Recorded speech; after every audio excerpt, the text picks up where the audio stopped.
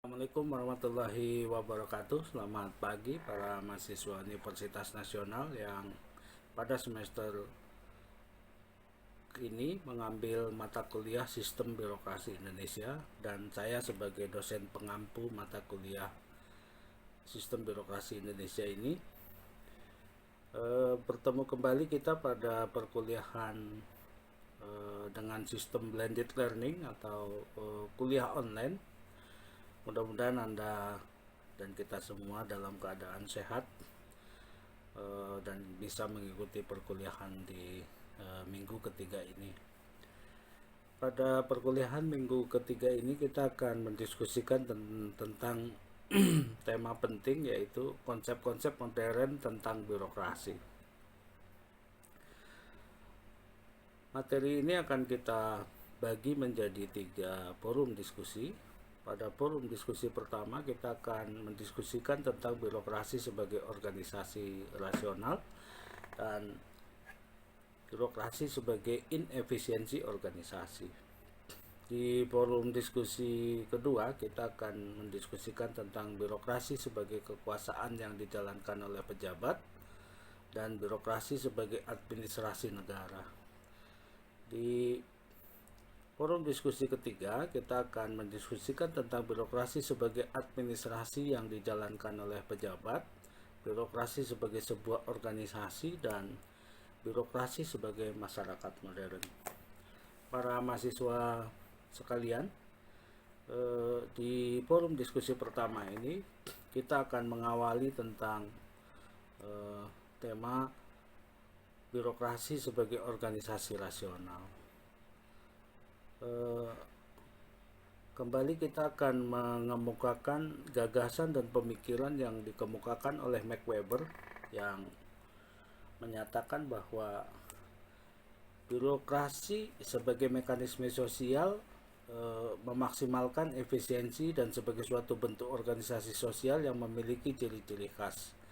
Jadi ada 2 persyaratan penting menurut Max Weber, bahwa pertama, birokrasi itu memaksimalkan efisiensi. Yang kedua, memiliki ciri-ciri khas.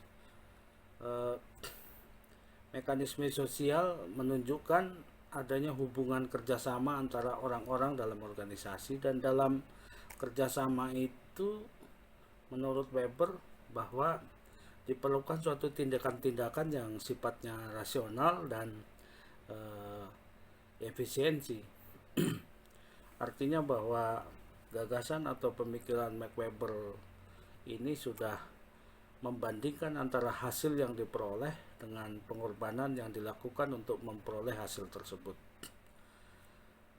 Tujuan dari apa yang hendak dicapai dari organisasi birokrasi itu ditentukan dalam bentuk rencana kerja.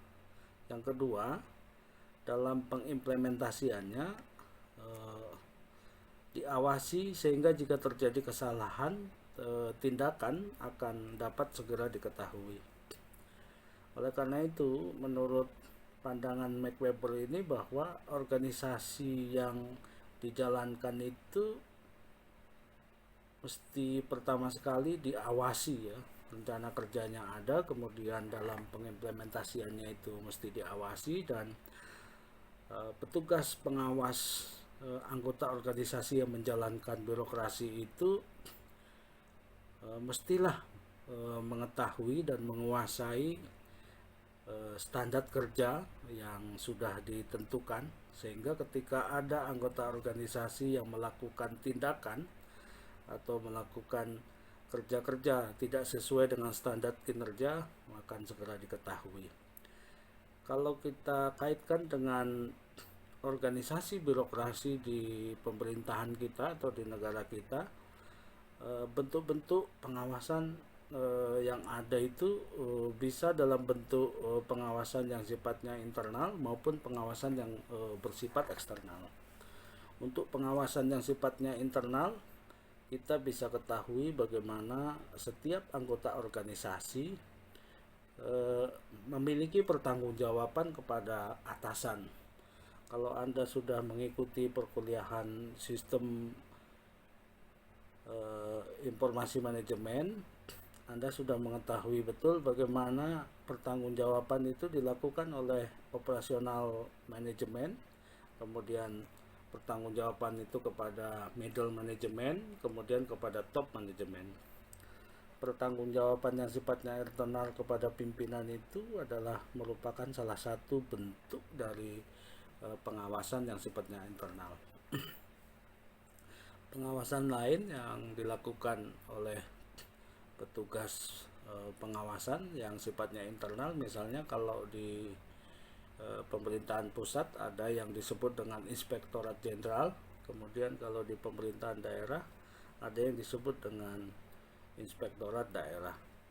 Dan tentu saja ada pengawasan yang sifatnya eksternal. Pengawasan yang sifatnya eksternal itu dilakukan oleh misalnya Badan Pemeriksa Keuangan BPK, atau juga dilakukan oleh BPKP. Kemudian pengawasan yang dilakukan oleh Otoritas Jasa Keuangan misalnya. Kemudian juga pengawasan yang dilakukan oleh Komisi Pemberantasan Korupsi atau KPK. Secara khusus juga kita juga sudah mengetahui bagaimana birokrasi yang bekerja melakukan pelayanan publik juga diawasi oleh ombudsman, dan ombudsman itu ada di tingkat nasional atau di tingkat pusat, juga ada di tingkat provinsi atau ada di daerah, yang memastikan agar birokrasi melakukan pelayanan kepada publik atau kepada masyarakat. Itu poin pertama yang perlu untuk kita diskusikan. Di poin kedua, kita akan kemukakan bahwa tidak semua pejabat yang ada di organisasi birokrasi itu adalah adalah birokrat. Bagi atau seseorang atau anggota organisasi di birokrasi itu dikatakan sebagai birokrat bila memiliki beberapa ciri-ciri khusus. Ciri-ciri khusus itu antara lain adalah bahwa bila anggota organisasi itu diangkat berdasarkan kontrak, bisa dalam bentuk kontrak sebagai aparatur sipil negara atau ASN atau pegawai negeri sipil. Ada juga yang diangkat berdasarkan kontrak sebagai tenaga honorer, sebagai pegawai harian lepas, dan kontrak tersebut sesuai dengan ketentuan dan peraturan perundang-undangan yang berlaku berkaitan dengan aparatur sipil negara. Nah, itu ciri yang pertama. Ciri yang kedua, bahwa anggota organisasi itu mesti dan harus memiliki fungsi-fungsi jabatan yang ditentukan secara jelas. Bahwa seseorang menduduki jabatan birokrasi, dia harus memiliki tugas pokok dan fungsi-fungsi yang jelas sesuai dengan ketentuan dan peraturan yang sudah berlaku baik di pemerintah pusat maupun di pemerintah daerah. Yang ciri selanjutnya adalah bahwa anggota organisasi tersebut dipilih berdasarkan klasifikasi yang profesional. Artinya bahwa anggota organisasi pada birokrasi itu menduduki jabatannya sesuai dengan ketentuan klasifikasi keahlian, kompetensi, dan kemampuan yang dimiliki. Seseorang yang memiliki keahlian di bidang pendidikan misalnya akan menempati jabatan-jabatan di sebagai birokrat di bidang pendidikan, misalnya di Kementerian Pendidikan, kemudian di Dinas Pendidikan kalau dia sebagai ASN yang ditempatkan di pemerintah daerah. Begitu juga misalnya sebagai seorang ahli di bidang administrasi publik akan menempati atau menduduki jabatan-jabatan di bidang sekretariat daerah, kemudian di sekretariat negara gitu-gitu misalnya. Dan orang-orang yang ahli di bidang keuangan akan menduduki jabatan di Kementerian Keuangan, di Direktorat Jenderal Pajak, begitu ya. Artinya masing-masing anggota organisasi menempati posisi sesuai dengan keahlian, kemampuan, dan kompetensi yang sifatnya profesional. Selanjutnya, anggota organisasi dikatakan sebagai seorang birokrat apabila dia memiliki gaji. Selain memiliki gaji, biasanya juga mempunyai hak pensiun ketika di hari atau di masa tuanya. Dan ciri lain dari seorang birokrat itu adalah dia harus memiliki struktur karir yang jelas. Struktur karir yang jelas itu adalah untuk mempertimbangkan tentang bagaimana seseorang itu mendapatkan promosi jabatan. Nah, ciri yang lainnya adalah bahwa dalam keadaan tertentu anggota organisasi sebagai birokrat ini dapat diberhentikan.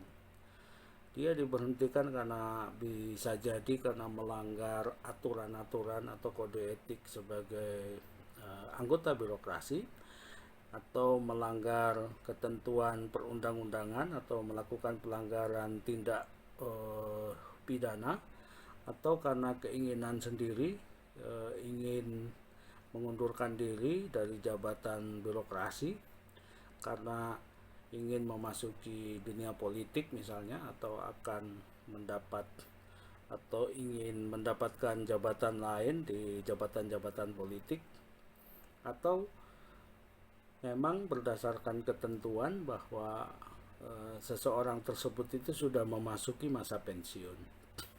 Jadi itulah ciri-ciri bahwa seorang anggota birokrasi itu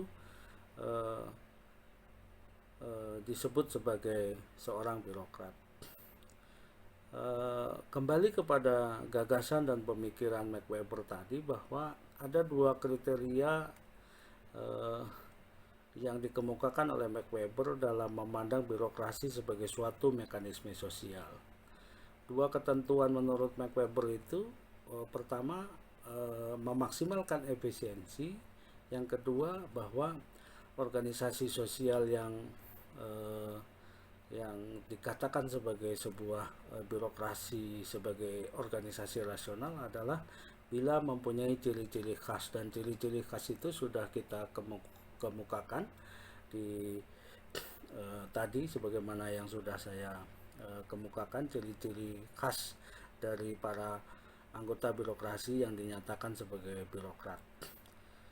Secara lebih spesifik, Max Weber mendefinisikan birokrasi sebagai organisasi rasional itu bisa kita lihat dari pandangan Max Weber sebagaimana yang dimuat dalam bukunya yang berjudul Birokrasi in Modern Society yang diterbitkan pada tahun 1956. Max Weber menyarankan agar lebih baik bahwa untuk kita mendefinisikan birokrasi sebagai organisasi adalah bagaimana memaksimalkan efisiensi dalam administrasi. Artinya bahwa bila birokrasi itu berupaya untuk memaksimalkan efisiensi dalam administrasi, berarti itulah definisi secara spesifik tentang birokrasi sebagai organisasi yang rasional. Namun demikian, para ahli yang lain misalnya seperti Blau dan W. Richard Scott yang menulis buku secara bersama dengan judul Formal Organization pada tahun 1963 menyarankan bahwa istilah yang digunakan itu sebagaimana yang didefinisikan oleh Max Weber tadi, definisi birokrasi tadi itu sebaiknya digunakan secara netral hanya untuk mengacu kepada aspek-aspek yang sifatnya administratif dan organisasi-organisasi. Pandangan yang lain bisa kita lihat dari para ahli yang lain, misalnya dua orang sosiolog, yaitu yang bernama Francis dan Stone. yang mengemukakan bahwa secara teknis istilah birokrasi mengacu pada model pengorganisasian yang terutama disesuaikan untuk menjaga stabilitas dan efisiensi dalam organisasi-organisasi yang besar dan kompleks. Saudara sekalian, kalau Anda sudah mengikuti perkuliahan pengantar ilmu administrasi publik, Anda sudah mengetahui tentang bagaimana itu sebuah efisiensi bisa terjadi, efektivitas bisa terjadi, apa itu yang disebut dengan efisiensi, efektivitas, dan terakhir tentang akuntabilitas. Walaupun demikian, saudara-saudara sekalian, dua sosiolog sebagai seorang ahli sosiolog tadi yang sudah saya kemukakan, pertama Francis dan Stone ini masih juga mengikuti pemikiran dan pandangan yang dikemukakan oleh Max Weber. Ahli yang lain misalnya kalau kita lihat misalnya seperti Page Donald mendefinisikan lebih tegas tentang apa itu birokrasi rasional. Birokrasi rasional adalah anggota organisasi yang diarahkan pada pencapaian tujuan-tujuan organisasi dengan menyusun kegiatan-kegiatan yang rasional. Artinya bahwa seluruh tahapan-tahapan atau langkah-langkah itu harus rasional. Pandangan dari Donald ini sudah memperhitungkan dalam tindakan yang timbul dari hasil pemikiran dengan memperhitungkan tentang baik buruknya, tentang untung dan rugi, tentang efisiensi maupun efektivitas sebuah kerja. Kemudian juga bagaimana menghindari pemborosan, kelalaian, kemudian resiko yang diakibatkan oleh manusia diperhitungkan secara cermat. Perhitungan-perhitungan itu tidak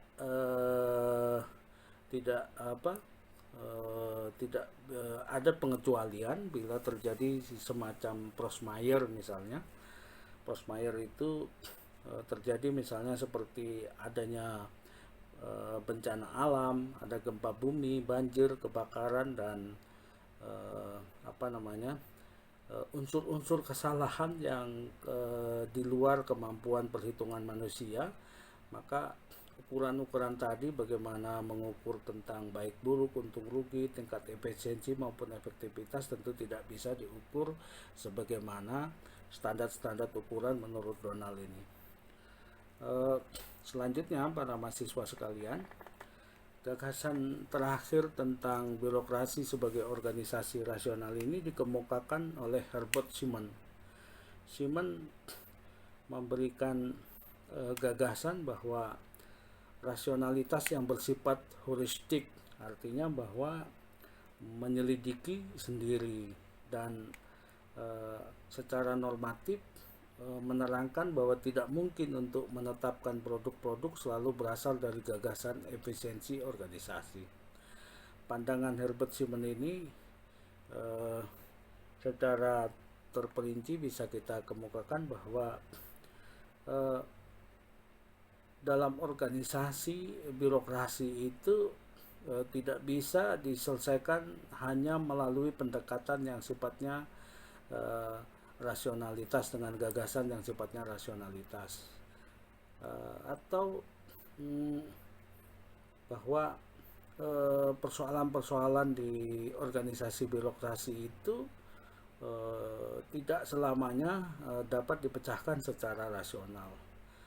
Kenapa itu tidak bisa dilakukan? Karena memang begitu kompleksnya persoalan yang terdapat di organisasi birokrasi, sehingga tidak mungkin diatur secara tetap permanen yang berlaku dari waktu ke waktu. Apalagi kita ketahui bahwa begitu dinamis perubahan-perubahan yang terjadi di organisasi birokrasi. Oleh karena itu lahirlah beberapa gagasan atau pandangan baru untuk melihat birokrasi sebagai inefisiensi organisasi. Konsep birokrasi sebagai inefisiensi organisasi ini berlawanan dengan pengertian konsep birokrasi rasional. Bila konsep birokrasi rasional penuh dengan muatan pencapaian tujuan dengan memperhitungkan segala risiko dan untung rugi serta efisiensi yang tinggi, maka konsep birokrasi inefisiensi ini upaya pencapaiannya atau upaya pencapaian tujuan organisasi ditandai dengan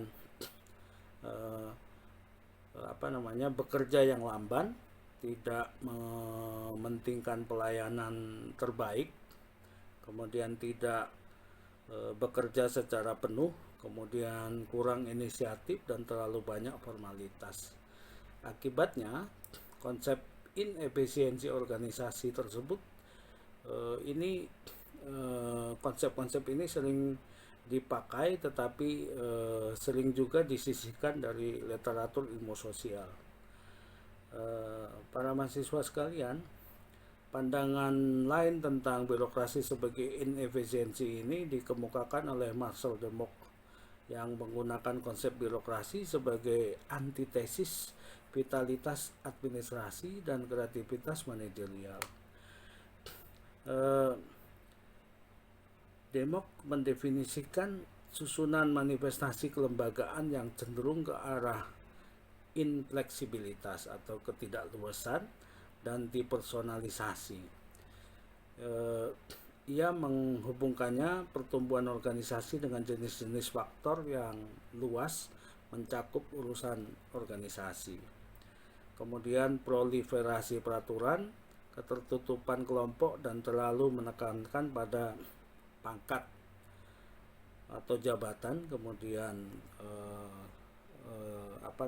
berhubungan dengan usia atau adanya senioritas dan junioritas, dan dikaitkan dengan sisi keamanan. Untuk lebih mendalami tentang birokrasi sebagai inefisiensi organisasi, para mahasiswa sekalian, pemikiran E. Strauss dalam bukunya The Ruling Servant yang diterbitkan pada tahun 1961 akan kita dalami tentang bagaimana gejala-gejala birokrasi yang tidak efisien dalam organisasi. Gejala-gejala itu dapat kita lihat pertama ditandai dengan terlalu percaya diri pada presiden. Maksud dari terlalu percaya diri kepada presiden yang dikemukakan oleh Strauss ini adalah bahwa dominasi pimpinan di birokrasi itu begitu sangat dominan, dan sering sekali dalam sebuah pengambilan keputusan anggota organisasi atau bawahan itu tidak dilibatkan begitu jauh atau terlalu dalam. Anggota organisasi birokrasi sering sekali bekerja sesuai dengan perintah dan mengukur kinerja dari anggota organisasi itu berdasarkan tingkat loyalitas atau kepatuhan. Sering juga terjadi apa yang disebut dengan eksploitasi atasan kepada anggota staf organisasi. Kalau kita lihat sering juga terjadi di birokrasi dimanapun itu, bagaimana eksploitasi atasan pimpinan terhadap anggota organisasi wanita, sehingga terjadi pelanggaran yang sifatnya asusila misalnya, itu bisa terjadi.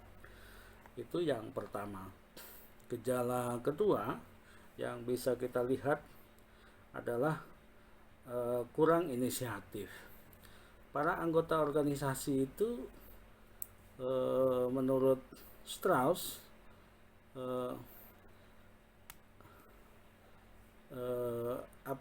sejak awal seseorang menjadi anggota birokrasi sudah dibentuk suatu sistem yang tidak banyak memberi peluang kepada anggota organisasi untuk berinisiatif. Artinya bahwa anggota organisasi di birokrasi itu bekerja sesuai dengan perintah, keputusan, aturan yang kadang-kadang kaku. Dengan demikian, lama-kelamaan anggota organisasi yang ada di birokrasi itu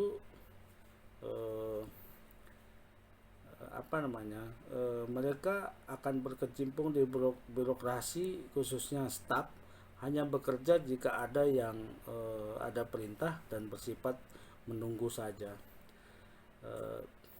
dan harus sesuai dengan peraturan yang berlaku. Artinya bahwa selain inisiatif tidak ada, artinya kreativitas tidak mendapatkan kesempatan yang semestinya. Bahkan anggota-anggota organisasi yang memiliki kreativitas dan inisiatif sering sekali dianggap lancang, kemudian sok pintar dan sok tahu dan lain sebagainya. Perlu juga kita ketahui mengapa inisiatif dari anggota birokrasi itu tidak terjadi. Pertama adalah karena lingkungan kerja yang menciptakan kondisi yang tidak menumbuhkan kreativitas dan inisiatif bagi anggota birokrasi. Itu yang pertama. Yang kedua, sebagian besar pekerjaan atas perintah atasan. Artinya bahwa anggota organisasi di birokrasi itu bekerja atas perintah dari atasan. Itu alasan yang kedua. Alasan yang ketiga, bahwa aturan surat keputusan sebagai aturan kerjanya. Inisiatif bawahan bukan suatu tuntutan utama dari atasan. Artinya bahwa seorang anggota organisasi di birokrasi itu bekerja sesuai dengan surat keputusan yang dia terima. Itu sebagai penyebab kenapa inisiatif dan kreativitas anggota-anggota birokrasi itu tidak terjadi. Saudara-saudara mahasiswa, Anda bisa mengumpulkan semacam data yang cukup lengkap bagaimana birokrasi yang ada di Indonesia, baik di tingkat pemerintah pusat, di kementerian lembaga, kemudian di pemerintah daerah. Anda tentu bisa mengumpulkan data yang cukup. Apakah birokrasi di Indonesia juga memiliki ciri-ciri sebagaimana yang dinyatakan oleh Strauss ini. Kemudian para mahasiswa sekalian, itu gejala kedua yang bisa kita lihat. Kemudian gejala ketiga, bahwa anggota birokrasi yang ada di organisasi birokrasi itu terkesan bekerja lamban dalam berbagai urusan. Artinya bahwa terkesan bahwa para anggota birokrasi itu tidak cekatan dan kelihatannya tidak ada etos kerja yang tinggi. Selalu menunda-nunda pekerjaan. Gejala semacam ini nampaknya masih aktual ya. Anda mungkin bisa para mahasiswa sekalian juga bisa menemukan data-data tentang bagaimana kinerja anggota birokrasi di pemerintahan kita, baik di pemerintahan pusat dan pemerintahan daerah. Secara lebih mendalam, kita bisa kemukakan kenapa anggota birokrasi di pemerintahan itu lamban. Pertama, alasannya adalah bahwa anggota organisasi yang bekerja di birokrasi itu merasa bahwa dia tidak mendapatkan keuntungan secara langsung.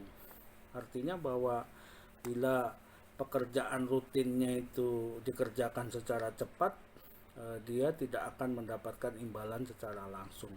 Bila pekerjaan-pekerjaan tertentu dia akan mendapatkan imbalan atau keuntungan secara langsung, maka dia akan kerjakan secara cepat. Hal ini sudah menjadi sebuah tradisi budaya birokrasi sebagaimana yang disinyalir oleh Strauss tadi. Dan Anda juga mungkin bisa melihat data-data bagaimana birokrasi yang ada di pemerintahan kita, baik pemerintah pusat maupun daerah. Itu alasan pertama kenapa birokrasi bekerja secara lamban atau tidak cekatan. Yang kedua,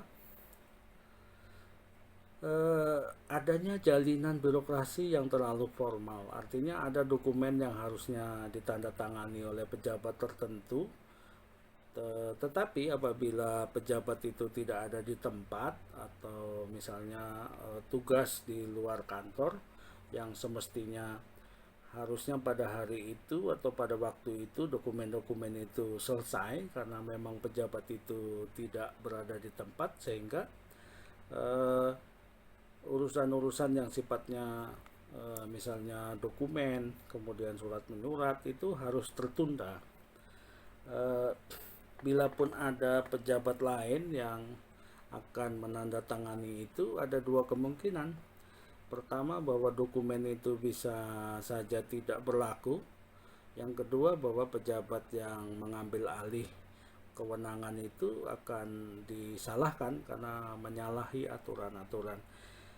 Kondisi ini sering sekali menyebabkan kelambanan birokrasi, karena orang-orang yang berurusan dalam izin misalnya dalam dokumen-dokumen penting itu harus tertunda dalam pengurusan birokrasi.